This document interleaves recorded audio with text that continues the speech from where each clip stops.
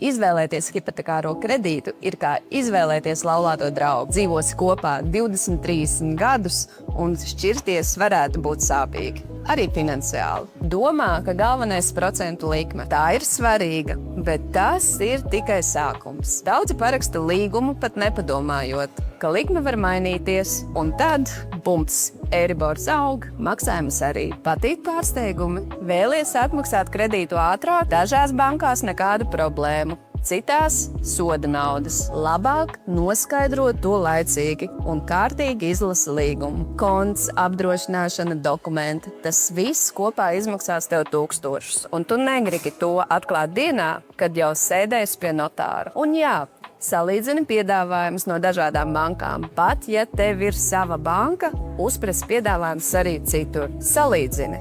Labākais piedāvājums ir tavs bonus. Izvēloties hipotekāro kredītu, informētība ir tavs lielākais ieguvums, jo gudri pieņemts lēmums šodien nozīmē finansiālu drošību rīt. Ja vēlies saņemt vēl vairāk noderīgas informācijas, piesako man un Kodorielu un dalies ar šo video. Un, protams, ja rodas jautājumi, droši uzdod tos komentāros.